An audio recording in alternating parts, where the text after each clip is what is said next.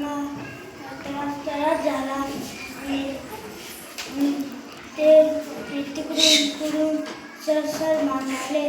त्या कुत्र्याच्या तोंडाला बाण लागले आणि गुरुंला वाईट वाटले आणि त्यांनी ते बाण हळूच काढले आणि त्याच्या कुत्रा सरळ झाली की नाही. मग ते पुढं गेले. एक एकलव्य आला आणि गुरु म्हणाले, तू चांगले कळला. एक एकलव्य बोलला, हा आणि तू कुठून शिकला. आणि एक एकलव्य बोलला, मी तुमच्याकडून शिकलो. मी नाही शिकलो ते. आणि एकलव्य बोलला,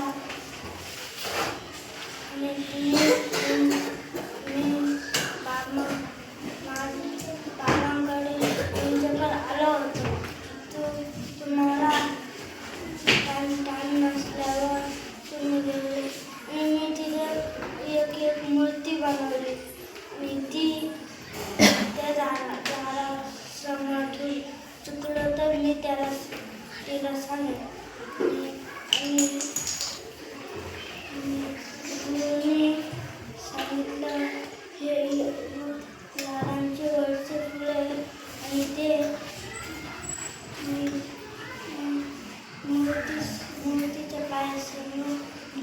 आणि एकलव्याने एक बाण चालवला आणि तो एक फुलं त्या मूर्तीच्या पायासमोर पडला. आणि गोष्टीचे तात्पर्य आपल्याकडून शिकायचे होतं दुसऱ्याकडून. छान.